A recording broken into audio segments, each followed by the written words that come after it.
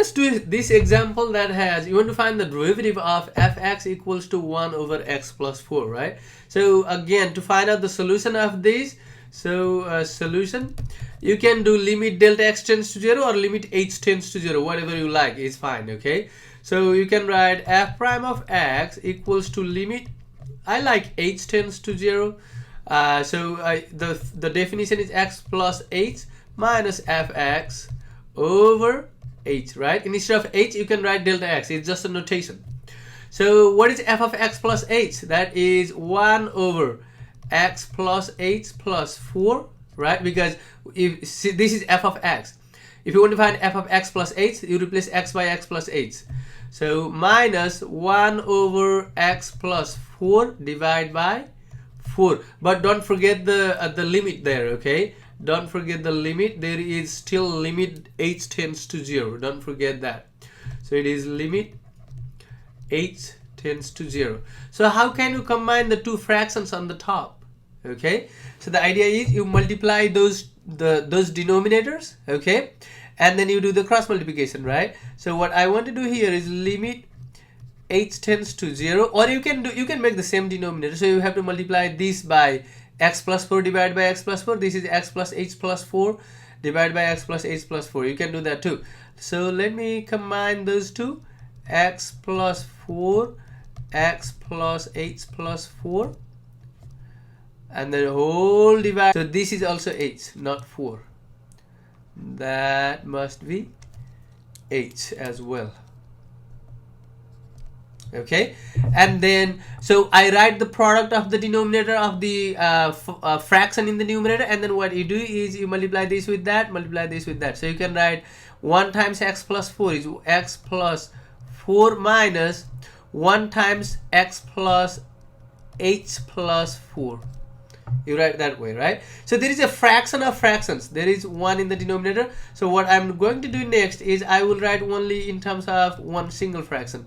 Limit h tends to 0. So let me simplify the top. X plus 4 minus x minus h minus 4. I'm distributing this negative sign. Divide by x plus 4 times x plus h plus 4, right? Times, if you want to write in a single fraction for the fraction of the fraction, what you do is you write the top fraction times the reciprocal of the bottom fraction. That is, you flip the bottom fraction and write down in the product form over 8. You write times 1 over 8. Okay, now let us cancel out the common things there. Okay, what are common? What are the plus and minus? So there is x, there is positive x and negative x, positive 4 and negative 4. Okay, so what is left there is basically limit h tends to 0, right? Negative h over x plus 4 times x plus h plus 4, right? And then times 1 over 8. You see that there is h divided by there is h, and then there is also h. They are in the product form, right? So h divided by h, you can think that way. So what is left is negative 1 divided by, so you are left with also let us plug in the h tends to 0. If you plug in h tends to 0, so this will become 0, right? So what is left is negative 1 divided by x plus 4, and when you replace that h by 0, x plus 4. You see that? So negative 1 over x plus 4 square. So this is the final answer for the derivative of 1 over x plus 4 is x plus 4 square. Okay, now one of the thing is, if you replace h by 0 in the first step, what do you get? You get f of x plus 0. That will be f of x minus f of x. That is 0 divided by 0. That's what you would get, right? But 0 divided by 0 cannot be the answer, so you will have to do this simplification to plug in that limit. And after you plug in that limit here, you don't have to write h tends to 0 anymore. Okay, that's the final answer. Let us do one more example. So solution of this, find the derivative of fx equals to root x minus 3. So what is f prime of x? F prime of x is limit h tends to 0 f of x plus h minus f of x divided by h. Okay, so let me plug in those values. Limit h tends to 0. Again, this h can be written as delta x, right? Delta x tends to 0 or delta x tends to 0 here. Delta x tends to 0 and delta x here. So that's the same thing. Okay, so how do you find out f of x plus h? Replace x by x plus h. You get x plus h minus 3 minus root x minus 3 divided by h. If you plug in that limit here, what do you get? X plus 0 is x minus 3 root minus x minus 3. That is 0 because you cancel out that and that if you set that 0 for h, and divide by 0, right? So you don't plug in that 0 for limit now. So you do more simplification. Look at here. Since there is a root, we cannot simplify like what we did here. We were trying to combine the two fractions, but this is in the root form, right? Do you remember what we do if there is a root? You're right, we do the conjugate multiplication. Okay, so let me write what we have here. X plus h minus 3 minus x minus 3 divided by h times the conjugate will look like times, I will write conjugate of the top, right? X plus h minus 3 plus, because there was minus in the middle, I replace by the plus x minus 3. I divide and multiply by the exactly the same thing. So x plus h minus 3 plus x minus 3. Now what we do next is basically we multiply the top. You see that it is like a minus, let me use different color for that. Okay, it is like a minus, it is a minus b, and then it is like a plus b, right? What is the formula for a minus b times a plus b? It should be a square minus b square, right? So how do I write that? It's basically, it is limit h tends to 0, it is a square. It is like a minus b times a plus b will give you a square minus b square. The square of this is how much? It is like square and root will cancel out, so it will be x plus h minus 3. This is a square minus b square is x minus 3. That's what you get. On the bottom there is h times the whole thing, right? So because you multiplied those two and you wrote that, now on the bottom you multiply this with that, so it is x plus h minus 3 root of that and then plus x minus 3. You see that? Now what do you get is, now simplify the numerator.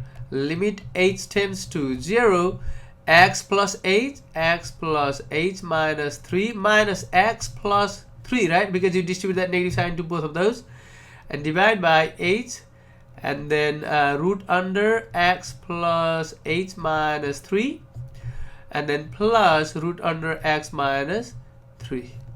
You see, now you cancel out the common part. What are the common thing there?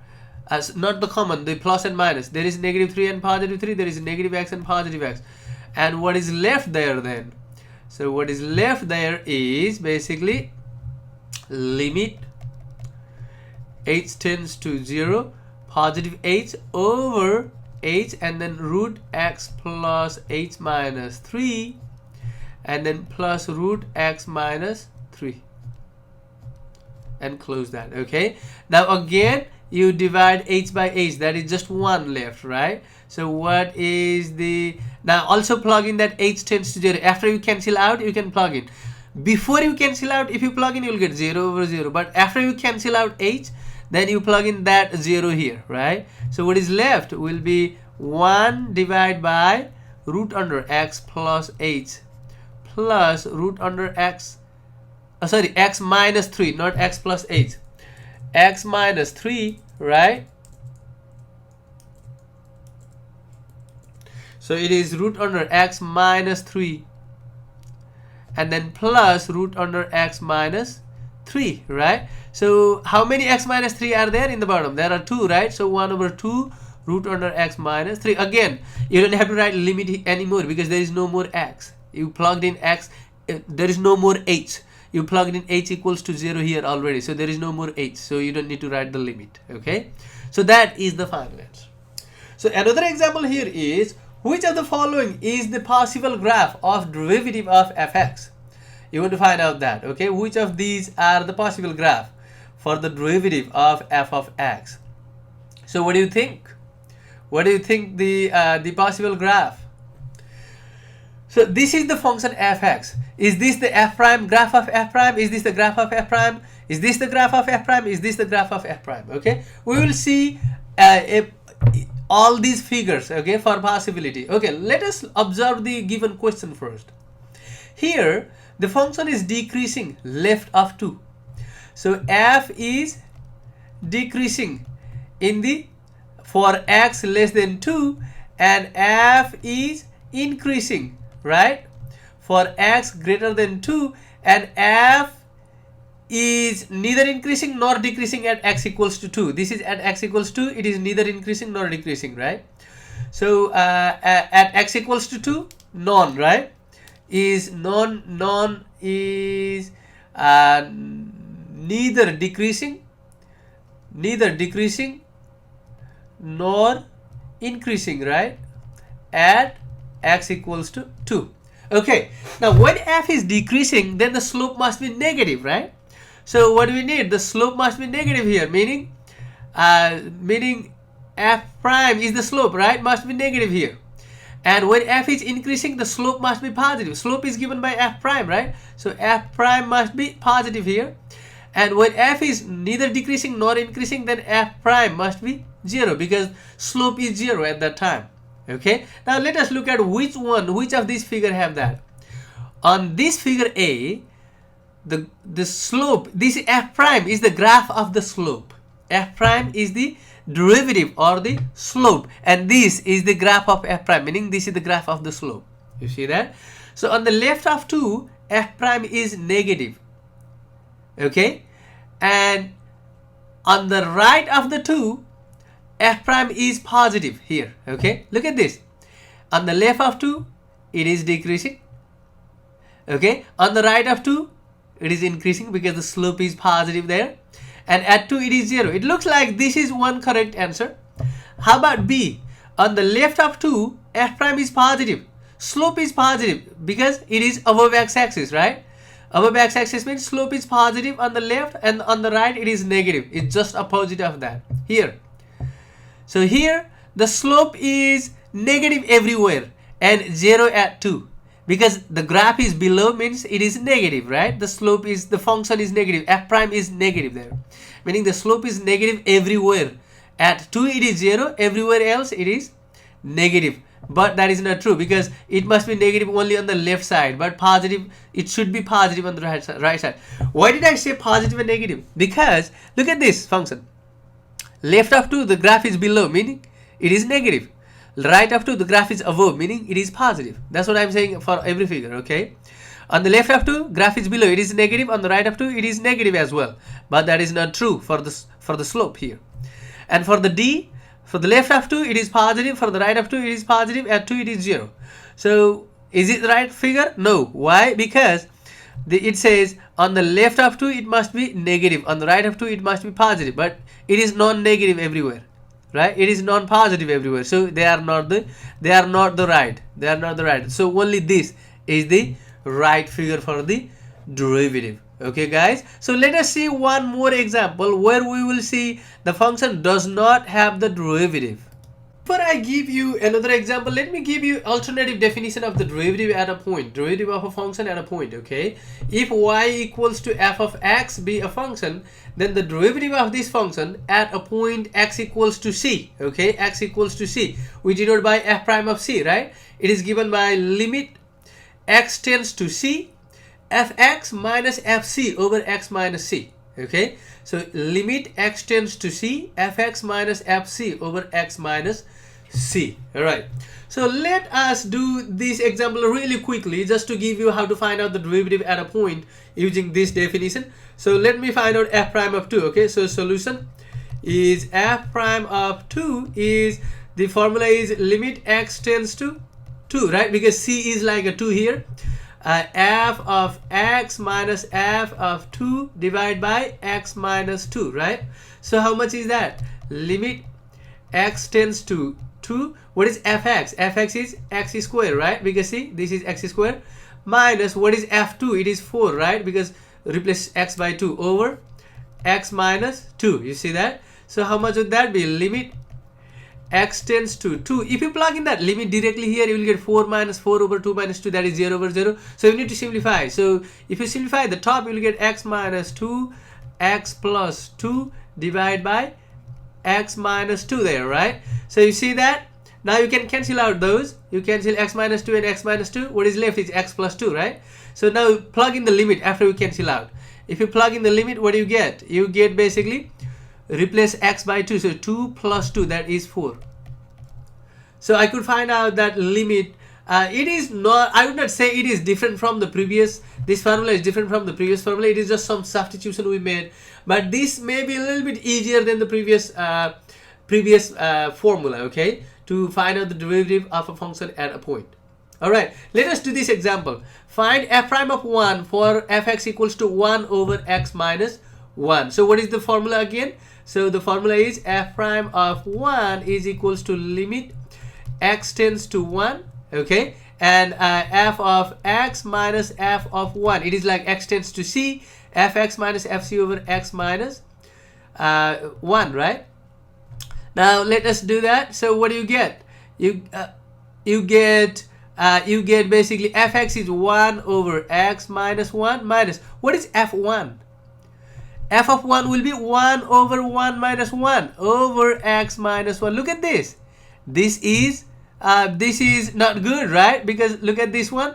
This is 1 over 0, right? Which is infinity, right? So this is not finite, okay? We don't like that infinity thing there, okay? Also, another thing is there is x minus 1. When x tends to 1, then it will be 1 minus 1 there again, okay? But you could work with that, but still you got this as infinity, meaning that the derivative does not exist. So at x equals to 1, f prime of 1 or f prime of x does not exist.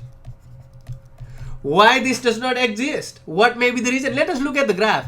If you draw the graph of this function 1 over x minus 1, you will see like this, okay? On the left side of that, the graph will look like kind of, this is like you will see the asymptote there. On the left side, the graph will look like this, and on the right side, the graph will look like this. Look at this. The function is not continuous at 1, okay? So from here you can see that if a function is not continuous at a point, then the derivative does not exist at that point. So if f of x is not continuous at x equals to c, then f prime of c does not exist. If the function is not continuous, then the derivative does not exist there. If there is a gap, if the function is not defined, then the derivative does not exist. That's what it says, okay? So for example, if some graph of a function is like this, and then there is a like that, or then so if a graph of a function is like this, then the derivative at that point a does not exist. So f prime of a does not exist because the function is not continuous there. But sometimes the function can be continuous, but the derivative does not exist. Let us look at this example, okay? I want to do this example. So I want to find out f prime at 4, okay? So solution, f prime at 4 is equals to, what is the formula? Limit x tends to 4, x tends to c. I'm using that formula, right? And then f x minus f4 divided by x minus 4. So if you plug in that values, you will get limit x tends to 4. This fx is absolute value x minus 4, right? Minus, what is absolute value of 4 minus 4? That is 0, right? Thus you don't need to write that. So x minus 4. Basically this function is absolute value of x minus 4 over x minus 4. So how do I get rid of the value of this absolute value sign then? So you need to go from left and right, right? So this is equals to limit. If you go from the left, x tends to 4 minus x minus 4 absolute value over x minus 4 without absolute value, right? this becomes, if you go from the left, what do you get? If you go from the left, means you are going from the number less than 4, right? So like 3.9 minus 4, 3.9 minus 4, and then 3.99 minus 4. So if you do that, the top value will be positive because of the absolute value, right? But the bottom value will be negative if you go from the left side. Okay, but they will be the same value, same number, but the top one will be positive sign, the bottom one will be negative sign if you go from the left side, because it will look like 3.99 minus 4, right? So it is like 3.99 minus 4 over 3.99 minus 4. So on the top, because of the absolute value, you will get 3.99 minus 4 will be 0.001 basically. So 0.01, but absolute value of that negative 0.01 will be just positive 0.01 divided by this will be negative 0.01. So basically positive number over negative number, but the same number you will cancel out. So the answer will be negative 1. The answer will be negative 1. But if you go from limit x tends to 4 plus and then x minus 4 over x minus 4, you are going to 4 from positive. So it is like 4.1 minus 4 over 4.1 minus 4. Both will be positive, right? The top will be positive, bottom will be positive. So you cancel out and then it is 1. So if you go that limit from the left, it is negative 1. If you go from the limit from the right, it is positive 1. So basically this limit does not exist. The limit does not exist means the derivative does not exist. So f prime of 4 does not exist. Why? Let us look at the graph of this function, okay? If you draw the graph of this function, it will look like this. X minus 4. The graph will look like this. This is 4, right? The graph will look like this, like a V-shaped graph. Okay? You see that? There is a sharp corner there. Although it is continuous, the function is continuous, okay? The function is continuous. There is no gap. At 4, it is 0. On the left of 4, if you go to 4, it is close to 0, and from the right also it is close to 0. It is continuous. The left limit and the right limit of this exist, but the left limit and right limit of this ratio does not exist, meaning the derivative does not exist. So meaning that the derivative of a function does not exist if there is a sharp corner like this, the sharp corner, okay? The derivative of the function does not exist if there is a gap. If there is a gap, the derivative does not exist. If there is a sharp corner, the derivative does not exist either. So this is the way that how we can determine whether the derivative exists or does not exist by looking at the graph. If there is a sharp corner, or sometimes you'll see a graph like this, like that. So at that point and that point, the derivative does not exist. Okay, or you can say that at this point and that point, the derivative does not exist, and all other points the derivative exists. And here, at this point, derivative does not exist. At this point, the derivative does not exist because there is a gap. There is a sharp corner. There is what we call cusp.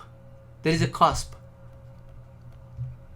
Also, the derivative does not exist there. Okay, let me summarize what we have seen so far in the derivative. Okay, what we saw is if f is not continuous at a point x equals to a, then the derivative at x equals to a or f prime at a does not exist. That's one thing we saw.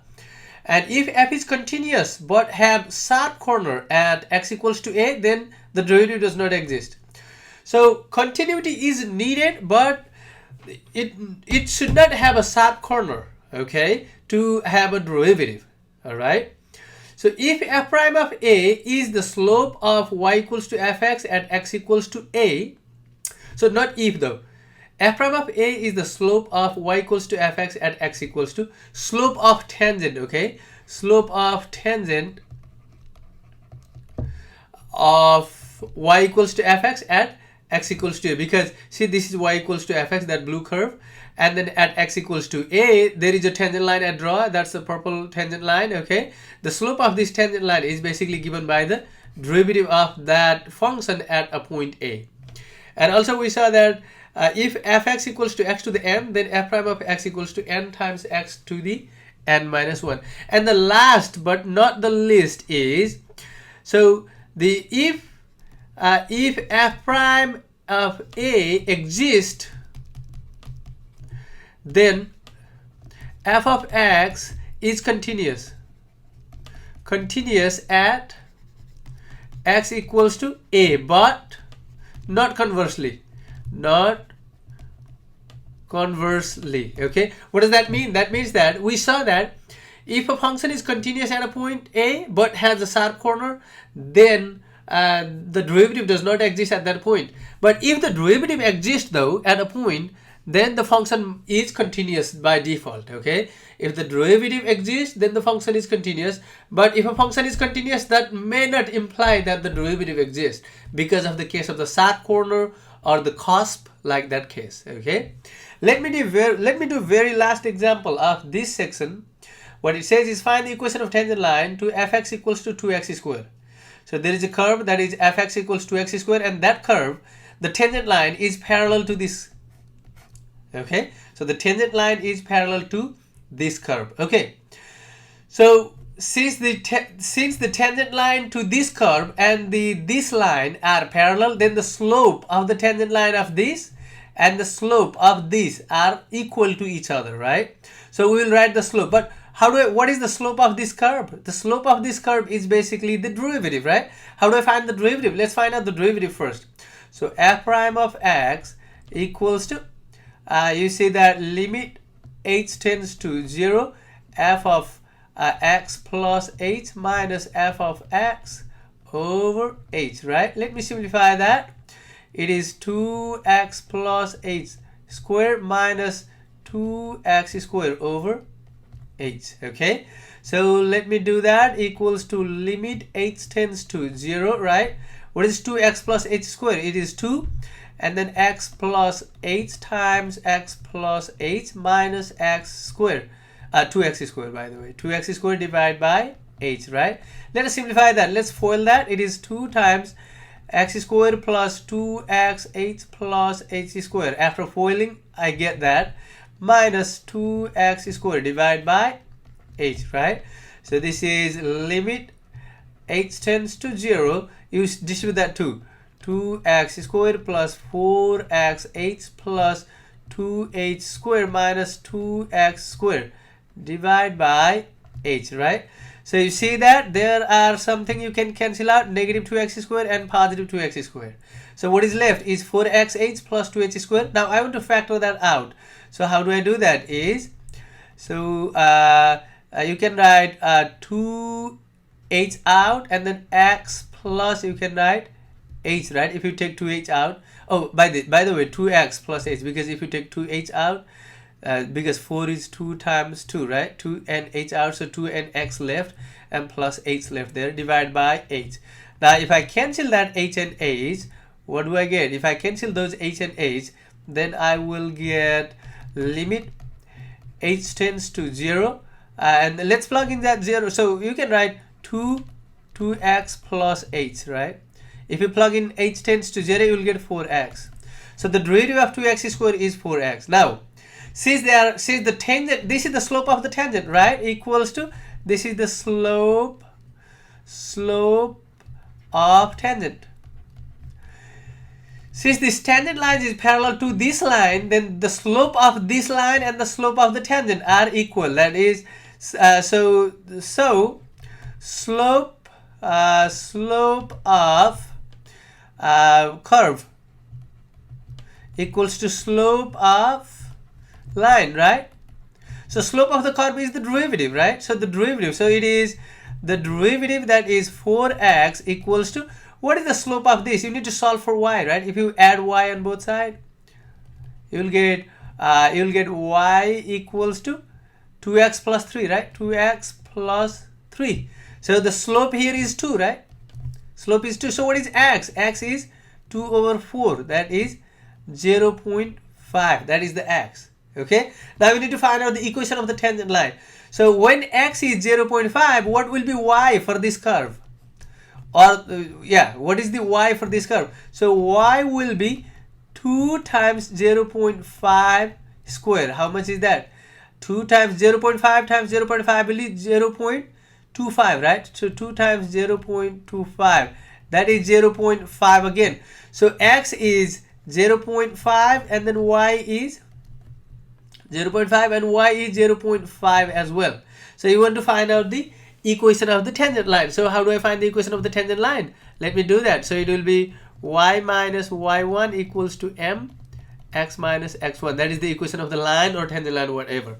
So this is x1, y1. And what is m as well? So m is the slope, right? M is the slope, 4x, right? So m is 4 times the x. So, but what is x? That x is 0.5, right? 0.5 times 4.